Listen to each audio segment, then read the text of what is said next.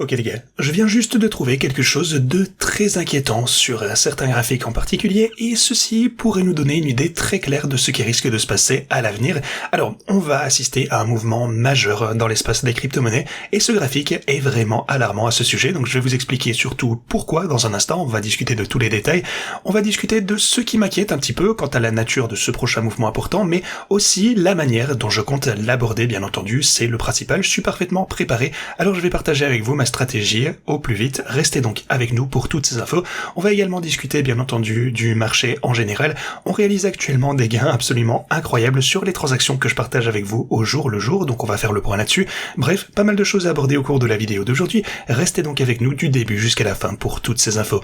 Alors bienvenue à tous, je m'appelle Maxime et je vous apporte chaque jour des nouvelles vidéos en français sur les marchés. Si vous êtes nouveau sur cette chaîne, alors soyez sûr de vous abonner et d'activer la cloche dès maintenant. Alors, comme toujours, allons droit au but. Tout d'abord, pour commencer par l'analyse technique du Bitcoin sur le court terme immédiat, vous pouvez constater sur l'intervalle journalier qu'on a perdu, cette fameuse boîte orange ici, ce support n'a pas tenu, on a observé une baisse d'environ 1,5% depuis cette limite, donc la chandelle rouge indique plutôt une baisse de 2%, mais voilà. On essaie de franchir ceci à nouveau à la hausse, pour le moment sans succès, on n'y est pas encore parvenu, mais on continue de s'approcher de cette limite, d'essayer de la refranchir sur chaque chandelle, on va voir si on va pouvoir y parvenir. Ceci étant dit, c'est une situation sur le très court terme, donc on verra bien comment on clôture la semaine déjà. Mais ceci dit, j'aimerais qu'on prenne un petit peu plus de détails, et avant de parler davantage du Bitcoin, un petit point sur l'Ethereum et Solana, même si on n'a pas grand chose à se dire de ce côté, on est toujours aux prises avec les niveaux de résistance du côté de l'Ethereum et Solana, pour le coup vous pouvez le constater, Solana surtout n'a pas réussi à franchir le seuil des $76, donc rien de bien particulièrement intéressant pour les altcoins, mais pour revenir au Bitcoin, avant d'aborder surtout ces graphiques les plus importants, et ce qui surtout, je pense, va inquiéter pas mal de personnes sur le marché. De nombreuses personnes risquent d'ailleurs de subir de lourdes pertes si elles ne sont pas préparées à ce qui risque d'arriver. Mais bref, j'y reviens très vite. Tout d'abord, j'aimerais vous parler du Bitcoin sur l'intervalle plus long. Cette fois-ci, j'ai examiné différents graphiques qui comparent la situation actuelle à son historique, et ce que vous pouvez voir de la part du Bitcoin actuellement, eh bien, c'est ce graphique qui le compare au S&P 500, donc le fameux indice boursier qu'on connaît tous. Eh bien, vous pouvez constater qu'on atteint déjà tout d'abord un niveau de support très important. On va voir premièrement si on peut obtenir un rebond à partir de ce point. Par ailleurs, si vous prenez là où on a tendance à voir un bottom, par exemple en 2022, eh bien, on est encore à, qu'est-ce que ça nous donne, 50% de ce niveau, ce qui signifie que si le Bitcoin redescendait jusqu'à ce même niveau, eh bien sa performance pourrait être inférieure de 50% à celle du S&P. Alors ça pourrait vouloir dire de nombreuses choses. Attention, surtout, ça pourrait signifier que le Bitcoin reste stable et que le S&P progresse de 50%. Ça pourrait signifier que le S&P 500 par contre se maintient à son niveau actuel et que le Bitcoin chute de 50%, ou peut-être 25-25. Voilà, imaginez même que le Bitcoin chute de 10%, que le S&P progresse de 40% ou quelque chose comme ceci. Vous avez compris l'idée. Mais voilà. Encore une fois, une des raisons pour lesquelles je pense qu'on n'atteindra pas un niveau aussi bas, c'est parce que, bien, lorsque vous avez vu le Bitcoin former un bottom ici, il y avait juste énormément d'événements différents qui se produisaient à ce moment-là. On a eu l'effondrement de Luna, on a eu FTX, on a eu Celsius, toutes ces différentes entreprises qui ont dumpé leurs cryptos sur le marché. La peur était absolument généralisée, il y avait de la panique, du FUD autour de Tether, de l'USDC également, le monde des cryptos était en pleine tourmente, tout le monde a vendu, tout le monde pensait que c'était la fin. Bon, évidemment c'est toujours comme ça qu'on forme les bottoms quand plus personne n'y croit, mais aujourd'hui on n'est plus vraiment au même niveau. La seule comparaison structurelle, j'aurais envie de vous dire, que j'aurais envie de dessiner, c'est celle d'une éventuelle vente énorme de Bitcoin de la part de MicroStrategy si tout tournait au plus mal. Imaginez une situation comparable à celle de 2022. Voilà. Autrement dit, je ne pense pas qu'on va descendre aussi bas, ce n'est jamais impossible bien entendu. Alors, est-ce qu'on pourrait déjà perdre ce niveau de support et atteindre un niveau de consolidation un petit peu plus bas, peut-être celui-ci? Ça représenterait une baisse supplémentaire de 8%. Ici, dans ce cas, le S&P 500 pourrait progresser de 8%, tandis que le Bitcoin reste stable, ou vice-versa. Le Bitcoin pourrait baisser, tandis que le S&P progresserait lentement, quelque chose comme ceci. Voilà, tout ça, c'est acceptable, c'est envisageable, bien entendu. Mais concernant la structure, comme je vous disais, si MicroStrategy devait vendre tous ses Bitcoins, eh bien, bon, pour le coup, à ce sujet, j'ai des nouvelles sur ça, pour un peu plus tard, donc restez connectés. Alors par ailleurs, j'aimerais comparer le Bitcoin à l'or cette fois-ci, et vous pouvez constater que juste pour atteindre le bottom local, eh bien ça nous redonnerait 17% de baisse supplémentaire. Pour revenir au plus bas de 2022, ça nous donnerait encore une fois 40% de chute en plus. Voilà un petit peu où on se trouve trouve par rapport à l'or, je le répète, je ne pense pas qu'on va atteindre un niveau similaire à celui de 2022. Le Bitcoin est un actif beaucoup plus mature, je ne crois pas forcément à une telle chute, mais voilà, je voulais simplement vous montrer tous les graphiques qui indiquent que le Bitcoin est actuellement, eh bien tout de même sous-évalué par rapport aux données historiques. Encore une fois, davantage de chute est envisageable, mais le but c'est pas de répandre du FUD, c'est juste de vous donner toutes les infos et vous vous faites votre propre avis. Si vous comparez le Bitcoin à la masse monétaire américaine, ça peut-être c'est quelque chose d'encore plus intéressant parce que vous pouvez en déduire des informations absolument capitales. Regardez le niveau de support clé à laquelle on se trouve. Oui non, donc je dis américaine, mais c'est bien entendu le niveau, la masse monétaire M2. Alors je ne pense pas encore une fois qu'on va chuter au même niveau que celui qu'on a atteint en 2022, mais on est actuellement sur un support essentiel, ce qui est rassurant. Quant au marché des altcoins, quelle est la situation? Eh bien, le marché des altcoins est en forte baisse depuis des années maintenant. Je pense que cette tendance risque de se poursuivre pour encore au moins un moment. À mon avis, les altcoins en général vont continuer à baisser par rapport au Bitcoin et on va globalement observer un repli du secteur des crypto-monnaies. Mais tout ça, évidemment, ça exclut le Bitcoin, bon, l'Ethereum peut-être, Solana et les stablecoins. Donc voilà, ça concerne essentiellement les altcoins plus petits qui n'apportent pas vraiment de réelle valeur à l'industrie, mais voilà, je reste convaincu que le Bitcoin et les altcoins principaux vont bien se comporter. Voilà où on en est actuellement en termes de valorisation du Bitcoin. Alors, avant que je ne vous parle de ces graphiques très importants que tout investisseur en crypto se doit de consulter selon moi, permettez-moi de faire un bref point sur mes transactions. Alors tout est positif, on est dans le vert, c'est cool, et regardez-moi ça, là c'est juste absolument incroyable, mon investissement sur Sandisk. Alors pour tous ceux qui ont investi sur Sandisk ici aux alentours de 2008, eh bien ça nous a rapporté 637%, soit $4000, ce qui est juste absolument magnifique. Voilà, je continue d'appliquer ma méthode en 3 étapes, je continue d'investir progressivement en accumulant davantage de ces actions, ce qui est juste totalement parfait, je suis vraiment ravi des résultats. Ceci dit, si vous regardez mes autres transactions, mes stratégies de trading affichent actuellement un gain de $22 000, donc ça c'est pour mes stratégies en plus des trades que j'ai ici, ça s'ajoute aux positions. J'ai également effectué quelques conversions, ce qui a entraîné une légère perte, mais globalement, eh bien on est toujours rentable dans l'ensemble, tout se déroule toujours comme prévu, et je constitue progressivement une position solide pour ces actifs de qualité.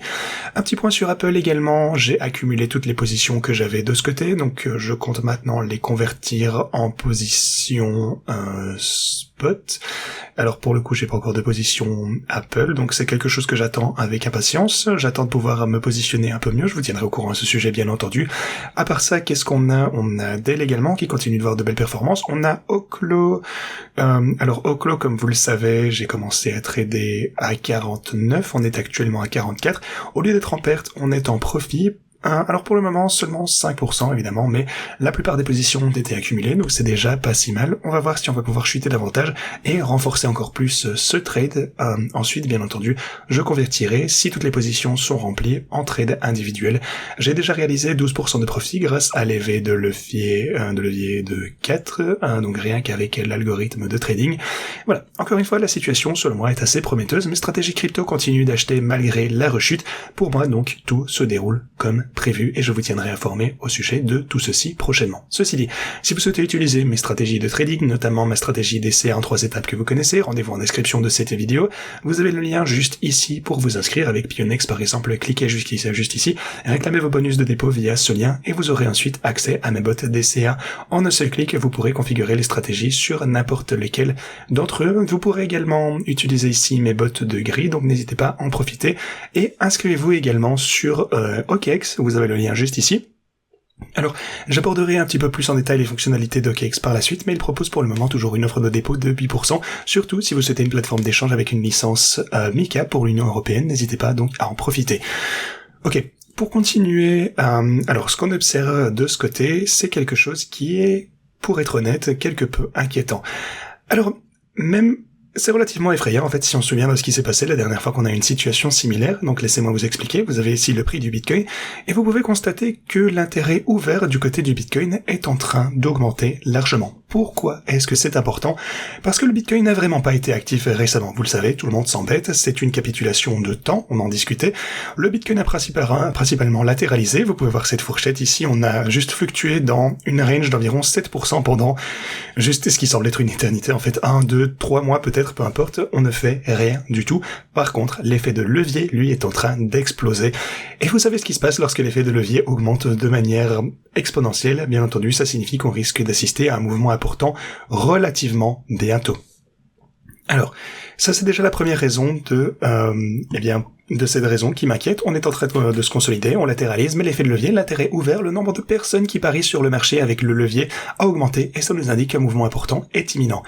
Pour continuer, l'intérêt ouvert actuel sur le marché est en fait supérieur à ce que vous avez pu observer en octobre lorsqu'on a eu le crash absolument énorme. Souvenez-vous, le 10 octobre de l'année dernière, lorsque l'intérêt ouvert a été complètement anéanti et qu'on a connu une réinitialisation complète du marché des cryptos. Et bien depuis lors, le prix du Bitcoin a plus ou moins latéralisé, même reparti largement à la baisse en fait. Cependant, l'intérêt ouvert actuel est à un niveau encore plus élevé qu'à cette époque. Vous pouvez voir qu'il n'a fait plus ou moins qu'augmenter. Alors attention, je vous dis pas qu'on va assister au même genre de crash que celui qu'on a pu voir le 10 octobre. Je vous dis juste que pour moi, les conditions semblent identiques à celles qu'on a pu voir avant le crash. Alors, est-ce qu'on pourrait assister à un crash similaire? Je ne le pense pas forcément, mais une nouvelle rechute qui pourrait faire peur aux investisseurs est envisageable, d'autant plus qu'on a un petit peu... on a perdu cette boîte orange ici, donc le marché montre de la faiblesse de nouveau. On va certainement observer un mouvement significatif prochainement, que ce soit à la hausse, parce que c'est possible aussi, bien entendu, ou à la baisse. Je pense, comme vous le savez, que c'est potentiellement le moment parfait pour accumuler davantage les valeurs que vous souhaitez avoir pour les années à venir, que ça prenne 1 mois, 2 mois, 3 mois, 5 mois, 1 an. Pour moi, on va vraiment remonter à un moment donné, on va de nouveau entrer dans une tendance haussière. Vous le savez, c'est toujours là qu'on atteint le bottom lorsque plus personne n'y croit. Mais par contre, d'ici là, peut-être qu'on pourra encore chuter. Comme vous le savez, j'accumule du Bitcoin, j'accumule des actions également. Jusqu'au prochain niveau de support aux 58 000 $, ça représente environ 8% de chute. Bon, c'est pas si énorme en fait quand vous y pensez. Mais voilà, je n'exclus pas une nouvelle baisse de 8% vers le précédent creux. Et puis à partir de là, voir une évolution comme ceci, suivie éventuellement d'un mouvement à la hausse. À suivre, peut-être qu'on verra suffisamment d'élan pour franchir progressivement la zone de résistance prochainement, et puis boum, une forte poussée entraînant la liquidation des positions short et un mouvement, à la hausse.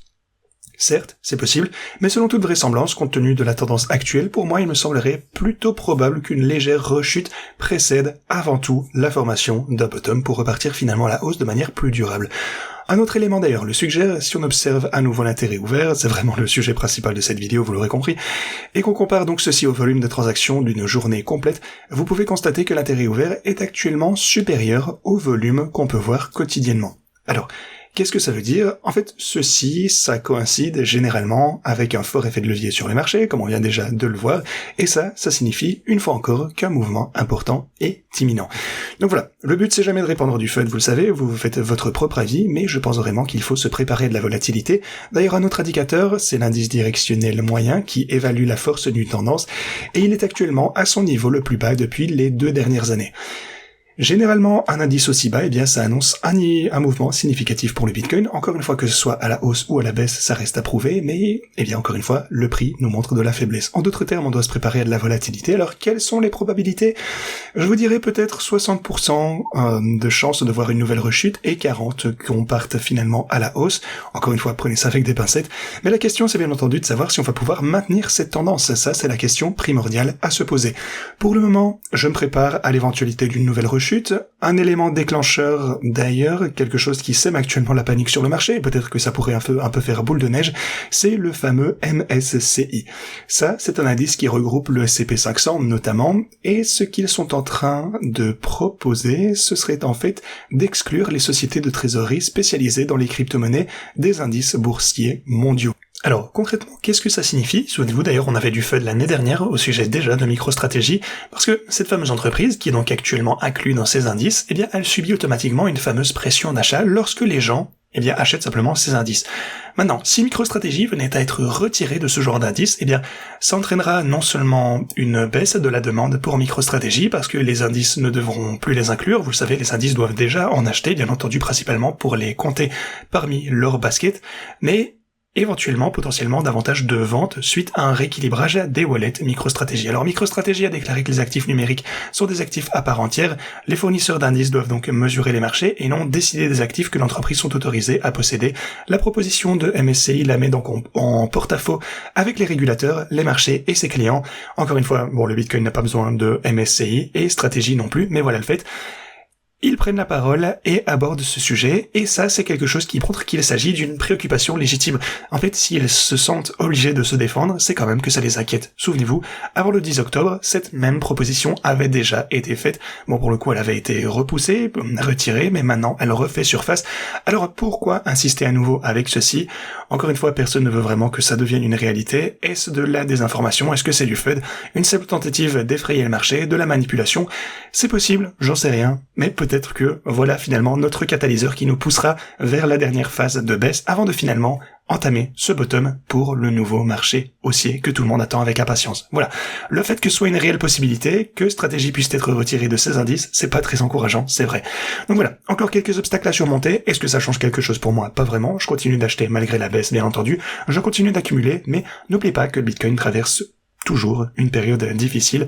Je n'y investis pas, bien entendu, toutes mes économies, mais j'accumule petit à petit malgré la baisse. Je pense qu'on est déjà à un prix où on sera content d'avoir acheté d'ici 1 an ou 2. Si le prix baisse encore, tant mieux, j'obtiens simplement un meilleur prix moyen, et en attendant, je continue de réaliser de beaux gains en bourse également. Donc voilà, je suis pleinement satisfait de ma stratégie pour le moment, encore une fois, c'est vraiment le but, et il y a une stratégie, et tenez-vous-y, peu importe le marché et vos émotions. Merci beaucoup d'avoir regardé cette vidéo, j'espère qu'elle vous a plu, et moi je vous dis à la prochaine.